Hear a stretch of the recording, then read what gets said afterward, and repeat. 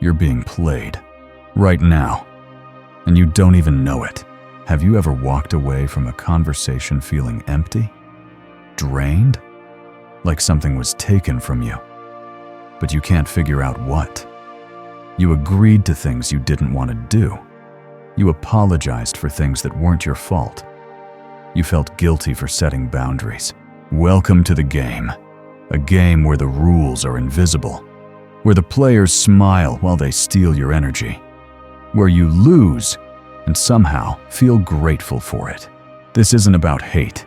This isn't about gender wars. This is about survival. Mental survival. Emotional survival. The kind of survival that determines whether you live as a free man or die as a puppet. Niccolò Machiavelli understood something 500 years ago that most men today have forgotten. Power isn't about force, it's about psychology.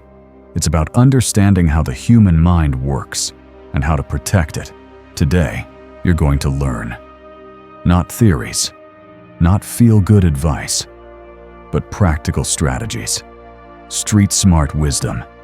The kind that keeps you whole in a world designed to break you. But I'm warning you now. Once you see this, you can't unsee it. Once you understand how the game works, you can't go back to being the naive player you were before. Are you ready? Because what you're about to discover will change everything. She doesn't need to raise her voice. She doesn't need to threaten. She doesn't need to force anything. She just needs to understand you better than you understand yourself. And that's the terrifying truth.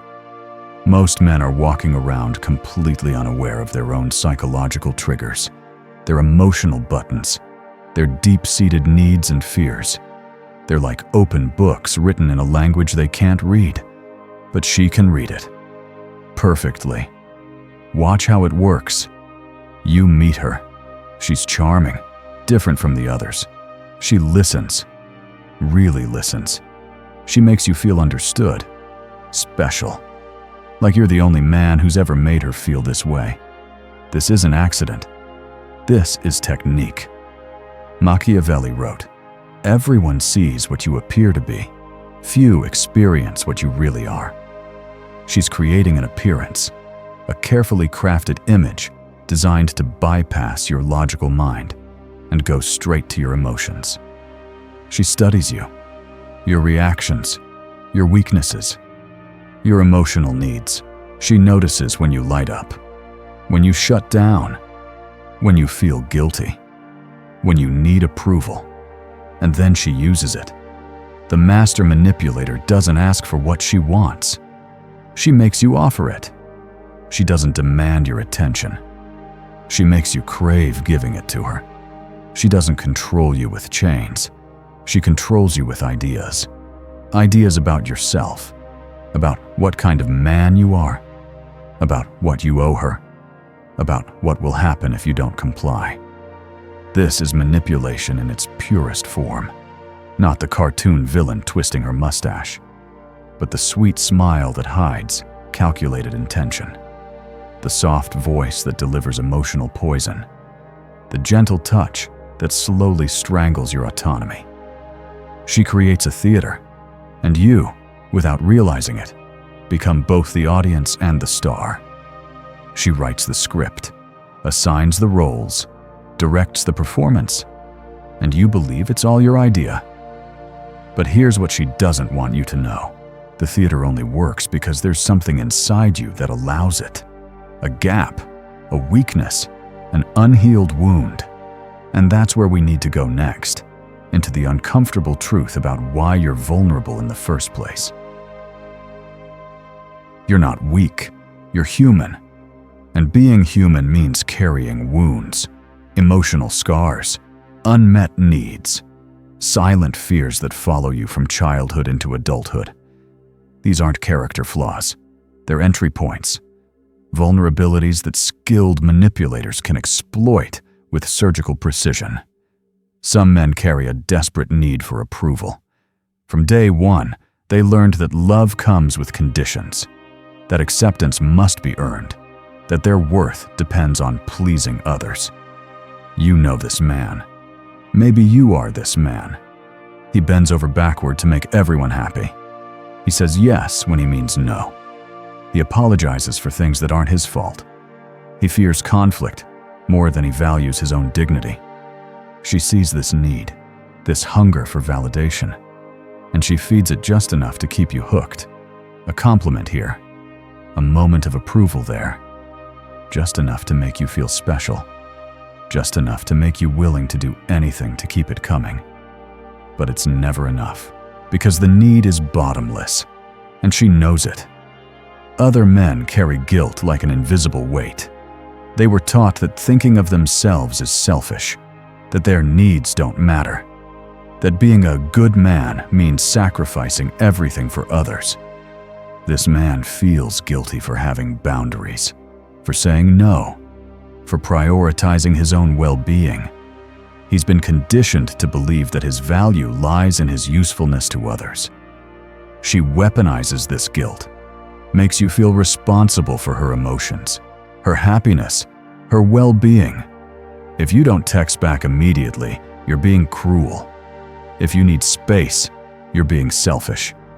If you have other priorities, you're being neglectful.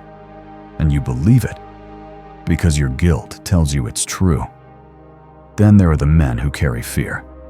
Fear of abandonment, fear of loneliness, fear of being forgotten. They cling to any connection, no matter how toxic, because the alternative feels worse.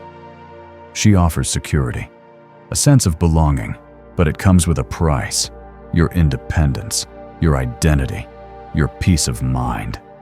She makes you feel like you need her to survive, like without her, you're nothing. And the cruelest part?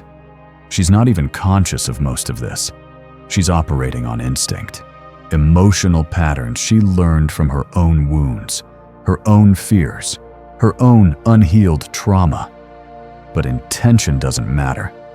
Impact does. Machiavelli understood that human nature is predictable, that people are driven by the same basic needs and fears, that those who understand these patterns can shape reality around them. He wrote, "Men judge generally more by the eye than by the hand, for everyone can see and few can feel." She creates a visual and emotional spectacle, a performance designed to make you feel rather than think. But here's what most men don't realize. These wounds aren't permanent. These patterns aren't fixed. You can heal what makes you vulnerable. You can develop immunity to emotional manipulation. And that's exactly what we're going to do next. Most men think being good, empathetic, and understanding protects them. It doesn't. In fact, these qualities, when not balanced with awareness, make you an easy target. The path to immunity isn't about becoming cold or heartless. It's about becoming conscious, aware, strategically intelligent about your own emotional landscape. First, you need to recognize your patterns. What makes you give in? Is it the fear of disappointing someone? The anxiety of conflict? The need to be seen as the good guy? Stop. Observe. Study yourself like a scientist studying a specimen. When do you feel that familiar tug, that urge to comply, that voice in your head telling you to just give in to keep the peace? That's your vulnerability talking. And recognizing it is the first step to protecting it. Next, you need to develop what Machiavelli would call strategic detachment. This doesn't mean becoming emotionally disconnected. It means learning to observe situations without immediately getting swept up in them. When she's upset, you don't automatically rush to fix it. When she's angry, you don't immediately apologize. When she's sad, you don't instantly sacrifice yourself to make her feel better. You pause. You think. You ask yourself, what's really happening here? What's being asked of me? What do I actually want to do? The manipulator relies on your emotional urgency, your need to act immediately, your discomfort with tension. She needs you to react from emotion, not respond from thought. So think first. Always. The third step is becoming unpredictable. Manipulators work with patterns. They map your responses. They know that if they cry, you'll comfort them. If they get angry, you'll apologize. If they threaten to leave, you'll chase them. Your power lies in breaking these patterns. Surprise them. Say no when they expect yes. Stay calm when they expect panic. Walk away when they expect you to chase. This isn't about being cruel. It's about being free. Free from the emotional puppet strings that have been controlling your behavior. But here's the most important part. You need to build a solid identity. The more you know who you are, the less you need others to define you. The less you need external validation, the less power others have over you. Manipulators thrive on controlling your self-perception. They make you doubt yourself, question your worth, second-guess your decisions, always in alignment with their narrative. When your internal compass is strong, external manipulation loses its power. This is training. Daily training. Like going to the gym for your mind. It's about practicing self-observation, resisting the urge to please, standing by your decisions even when there's discomfort in the air. It's about remembering that you owe nothing to anyone except your own mental integrity. And staying sane in a world full of emotional games is, in itself, an act of rebellion. It's easy to talk about manipulation when it comes from strangers.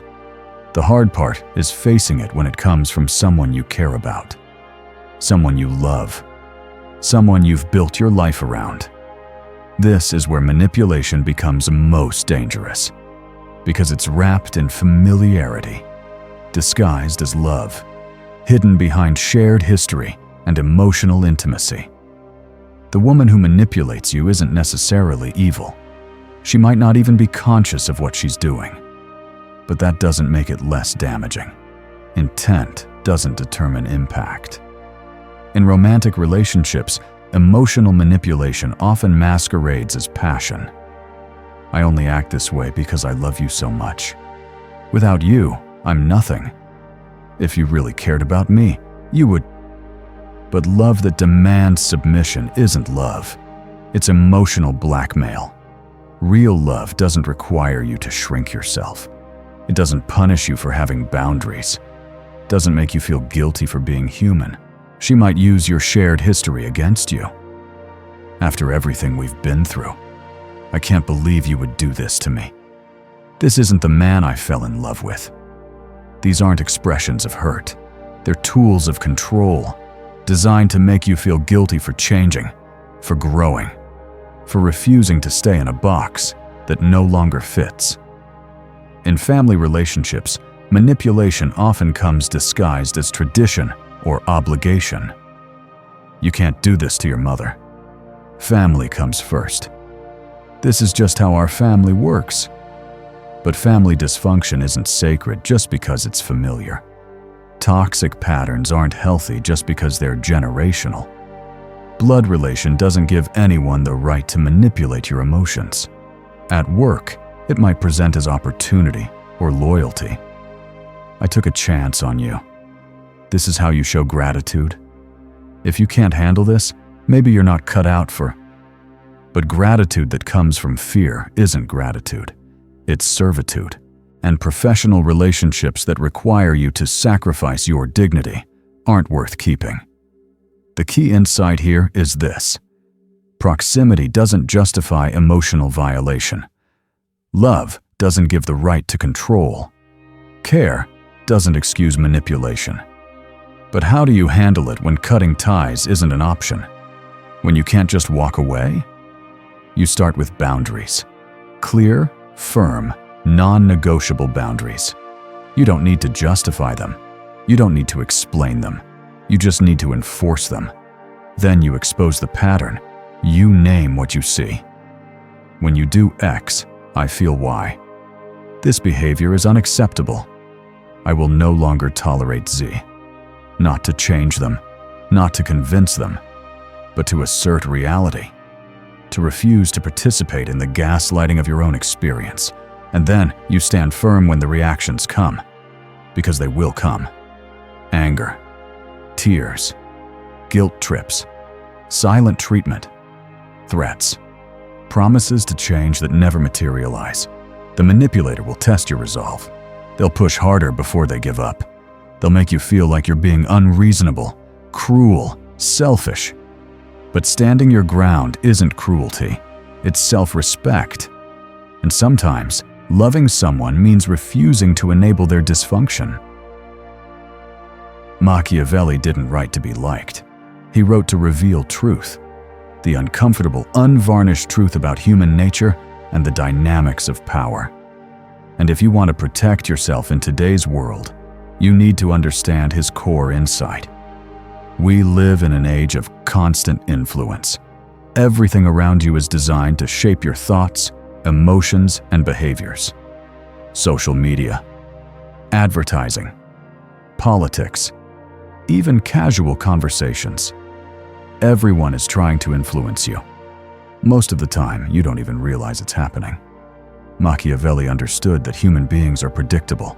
We're driven by the same basic needs: acceptance, security, significance. And those who understand these needs can exploit them. He wrote, "Men judge generally more by the eye than by the hand, for everyone can see and few can feel." In other words, perception matters more than reality. Image trumps substance. Narrative beats fact. This is how modern manipulation works. It's not about force. It's about controlling the story, the frame, the context in which you make decisions. But here's what most people don't understand. You can learn to think like Machiavelli. You can develop the same strategic awareness that he possessed. You can see through the games being played around you. This starts with observation. Real observation. Not just listening to what people say, but watching what they do, especially when they think no one is watching. Pay attention to patterns, to inconsistencies, to the gap between words and actions, to the emotional buttons being pushed, to the subtle ways pressure is applied. Learn to read between the lines, to see the agenda behind the kindness, to recognize when someone is trying to make you feel a certain way for their benefit. This isn't about becoming paranoid. It's about becoming aware. Consciousness is your greatest weapon against manipulation. Next, master the art of strategic silence. Most people talk too much. They explain too much. They justify too much. They give away their power through excessive emotional exposure. The Machiavellian understands that silence confuses. It creates mystery. It forces others to reveal more than they intended. When you don't react as expected, you disrupt the game. Learn to be comfortable with tension, with awkward pauses, with unanswered questions. Your silence is more powerful than your words. Also, understand the power of strategic ambiguity. You don't need to reveal everything about yourself. You don't need to justify every decision. You don't need to make everyone understand your choices. Keep some mystery, some distance, some parts of yourself that remain private. Real power is what's not displayed. Most importantly, take complete responsibility for your emotional state. The manipulator feeds on your instability, your neediness, your fear, your anger. When you're emotionally regulated, you become unmanipulatable. When you're centered, you can see clearly. When you're grounded, you can't be easily moved. This is the ultimate Machiavellian strategy. Control yourself so completely that no one else can control you. We've reached the most crucial point, the moment where knowledge becomes power, where understanding becomes action, where you decide who's going to control your mind, you or everyone else. Because here's the brutal truth. As long as you don't take full control of your thoughts, emotions, and decisions, someone else will. And it doesn't have to be a master manipulator. Sometimes it's just the programming you received as a child. Sometimes it's society's expectations. Sometimes it's your own unconscious patterns. The manipulation that affects you most isn't always external. It's internal.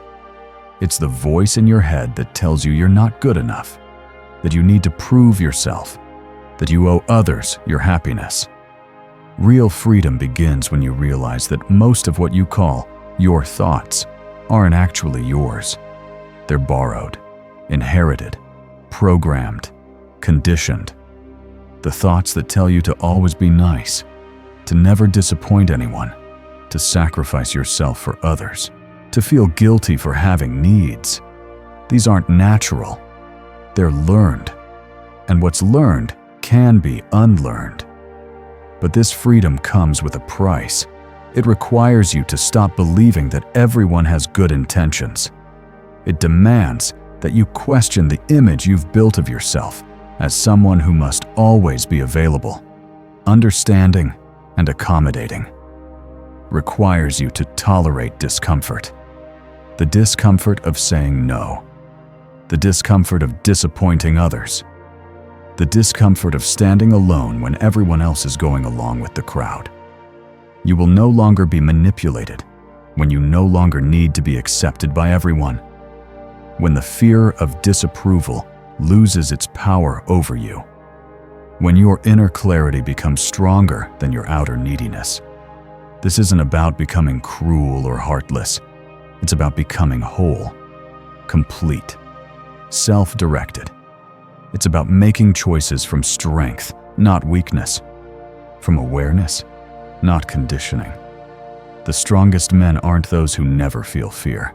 They're those who feel it and act courageously anyway, who recognize manipulation and refuse to participate, who value their dignity more than temporary comfort. Starting today, you can begin to reclaim your mind, to question every emotion that feels urgent, to examine every decision that feels automatic, to challenge every belief that makes you smaller. You can choose to become the kind of man who sees through masks, who stands firm under pressure, who walks his own path even when others try to redirect him. This is your choice, your responsibility, your power. What you do with this knowledge is entirely up to you. You can close this video and forget everything you've learned.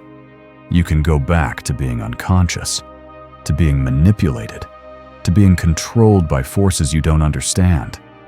Or you can start today. You can begin the work of becoming immune, of developing unshakable inner strength, of creating a life where you're the author of your own story. The choice is yours, but choose wisely, because once you wake up, you can't go back to sleep.